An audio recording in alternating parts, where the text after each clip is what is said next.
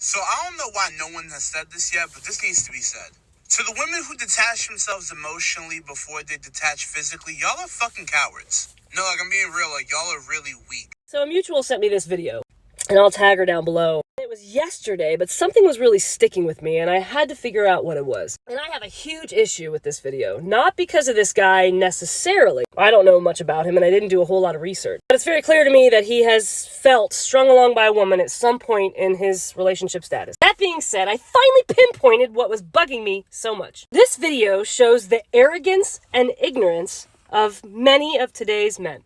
Go on an entire rant about how women are weak and cowards because they don't necessarily jump out of the relationship when they feel emotionally ready to do so. Based on his patriarchal privilege, this man is clueless to the fact that the majority of women in relationships have learned a survival technique when wanting to leave a man, literally out of fear for their lives. So the number one fear for men to this day is rejection. For women, it's getting fucking killed. Women have learned over the years, mostly through experience, that men are not able to handle rejection. So much so that it turns into physical violence the majority of the time. But instead of creating safe spaces for women, men have decided to go on a rant about how women are cowards for not leaving them when they're emotionally wanting to do so. You know, I know my ideas are probably off the fucking wall, but how about men create safe spaces for women so that they can fucking leave? How about men stop being so goddamn emotional and fucking weak that they go to violence when they are feeling rejection? It's not women who are cowards and weak in this scenario. Sadly, it's the fucking men that are so goddamn weak